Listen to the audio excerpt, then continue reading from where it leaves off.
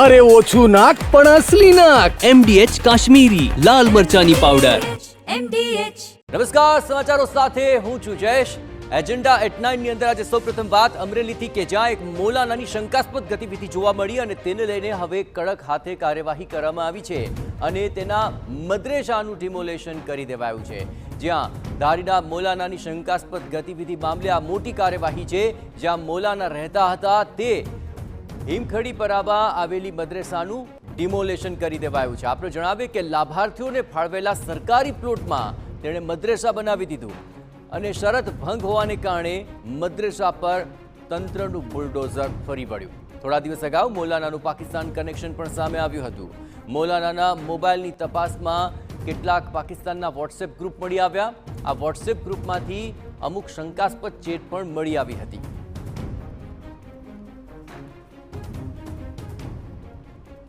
માગવામાં આવ્યા અને આ મદ્રેસા બનાવનાર એનું સંચાલન કરનાર કોઈની પાસે કાયદેસરતા પોતાનું કાયદેસરનું આ બાંધકામ અને જગ્યા હોવાનો આધાર પુરાવો ન મળ્યો, જેથી એનો ઓર્ડર થતાં આજરોજ એ ગેરકાયદેસર બિલ્ડિંગ બનેલી મદ્રેસા દીને મોહમ્મદી હતી જે ચલાવતા હતા અને ચાલતી હતી એને તોડવાનો એક આદેશ થયેલો અને આજે એને ડિમોલેશનનું કામ આ જગ્યાએ ચાલુ છે. થોડા દિવસ પહેલા મોહમ્મદ ફઝલ અબ્દુલ અઝીઝ શેખના વોટ્સએપમાંથી પાકિસ્તાન અને અફઘાનિસ્તાનના 7 જેટલા શંકાસ્પદ ગ્રુપ મળતા પોલીસે તપાસ શરૂ કરી હતી. આ શંકાસ્પદ હિલચાલને લઈને એસપી અને કલેક્ટરની અલગ અલગ ટીમોએ મદ્રેસા અંગે તમામ દિશામાં તપાસ કરી હતી. જેમાં સામે આવ્યું કે લાભાર્થીઓને રહેવા માટે સરકારી પ્લોટ ફાળવાયો હતો, જેના પર મદ્રેસા ગેરકાયદે રીતે ઊભી કરાઈ હતી. જે બાદ તંત્ર દ્વારા તાત્કાલિક ધોરણે મદ્રેસા દૂર કરવાની કાર્યવાહી કરવામાં આવી રહી છે.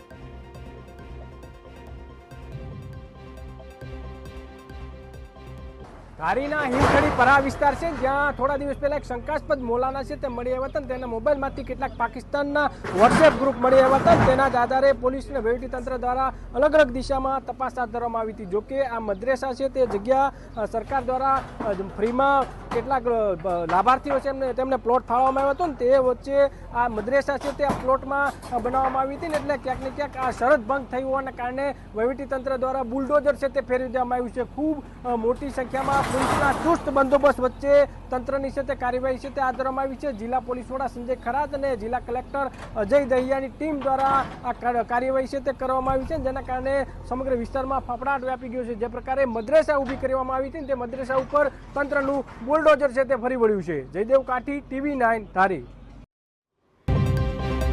શંકાસ્પદ ગતિવિધિઓ અને વોટ્સએપ ગ્રુપની શંકાસ્પદ ચેટ અને આ તમામની સાથોસાથ પાકિસ્તાન કનેક્શન પણ મળી આવ્યું અને તેને લઈને આખરે આખા મામલે તપાસ થઈ તો આખરે મૌલાનાએ ગેરકાયદે રીતે અહીં મદ્રેસા ઊભું કર્યું હોવાનું ખુલ્યું હતું અને આખરે તંત્રનું બુલડોઝર ફરી વળ્યું.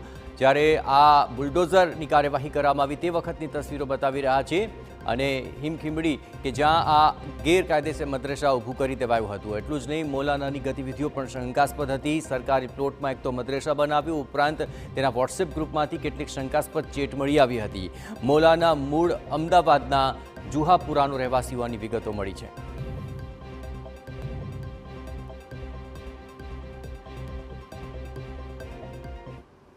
MDH બિરયાની મસાલા, પારંપરિક બિરયાનીનો અસલી સ્વાદ.